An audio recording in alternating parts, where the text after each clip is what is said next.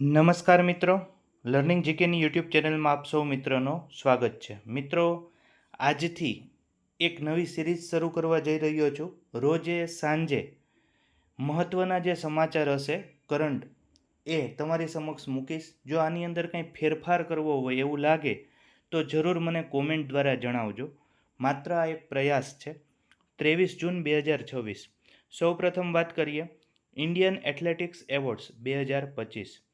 તેની અંદર Neeraj Chopra best male athletes of the યરનો એવોર્ડ તેમને આપવામાં આવ્યો. વર્ષના સર્વશ્રેષ્ઠ ભાલાફેંક ખેલાડી તરીકે તેમની તેમાં પસંદગી થયેલી છે. ભાલાફેંકમાં 90 મીટરનો આંકડો પાર કરનાર પ્રથમ ભારતીય વ્યક્તિ છે અને તેનો પોતાનો જ નવો રેકોર્ડ છે 90.23 મીટરનો. એ સિવાય પારુલ ચૌધરી, જેને દોડ માટે best female athletes of the યરનો એવોર્ડ આપવામાં આવ્યો છે. તેમણે એશિયન ચેમ્પિયનશિપમાં 2 અલગ અલગ સ્પર્ધામાં ગોલ્ડ મેડલ જીત્યા છે.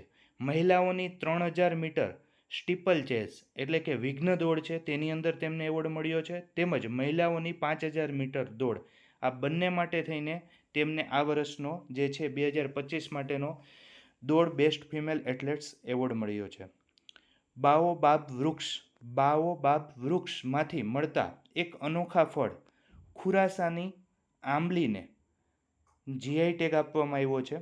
આ વૃક્ષ જે છે એ મૂળ વૃક્ષ આફ્રિકન વૃક્ષ છે અને મધ્યપ્રદેશના ધાર જિલ્લામાં માંડુ ગામમાં સૌથી વધુ કુદરતી આબોહવા અને ત્યાંની જમીન, આ વાતાવરણ તેને અનુકૂળ છે અને એને કારણે ત્યાં પુષ્કળ આ ફળ થાય છે અને અનોખી વિશિષ્ટતાને કારણે તેને જીઆઈ ટેગ આપવામાં આવ્યો છે.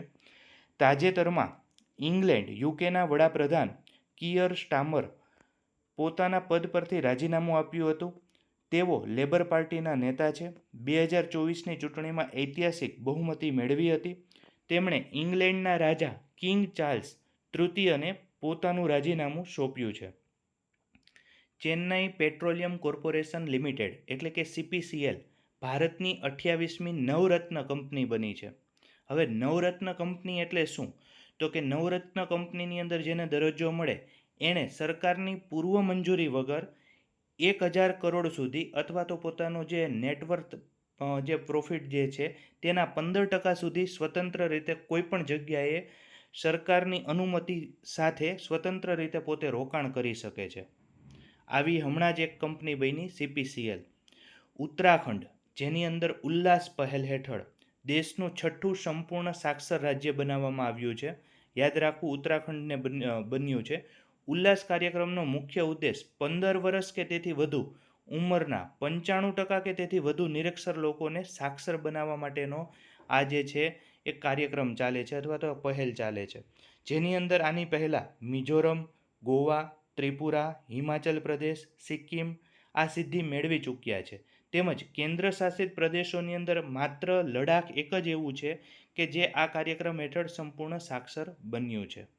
ત્યારબાદ વાત કરીએ જોનાથન નામનો કાચબો, જે વિશ્વનું સૌથી જૂનું જમીની પ્રાણી છે, જેની ઉંમર 194 વર્ષની ઉંમર જે ધરાવે છે. 1832માં એટલાન્ટિક મહાસાગરની અંદર તેમનો જન્મ થયો હતો.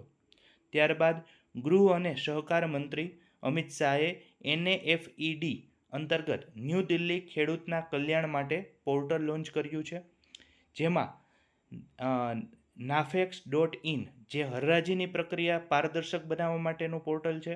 દ્રષ્ટિ પોર્ટલ છે, જેની અંદર દાળ અને તેલીબિયાના ઇન્વેન્ટરી મેનેજમેન્ટ માટેનું છે. ERP પોર્ટલ જે ઉદ્યોગ સાહસિકતા અને માનવ સંસાધન વિકાસ માટેનું છે. તેમજ કલ્યાણ પોર્ટલ જે ખેડૂતના બાળકોને સ્કોલરશિપ આપવા માટેનું પોર્ટલ છે. મિત્રો, કંઈ સુઝાવ હોય તો જરૂર કોમેન્ટ દ્વારા જણાવજો. અસ્તુ. જય હિન્દ, જય ભારત.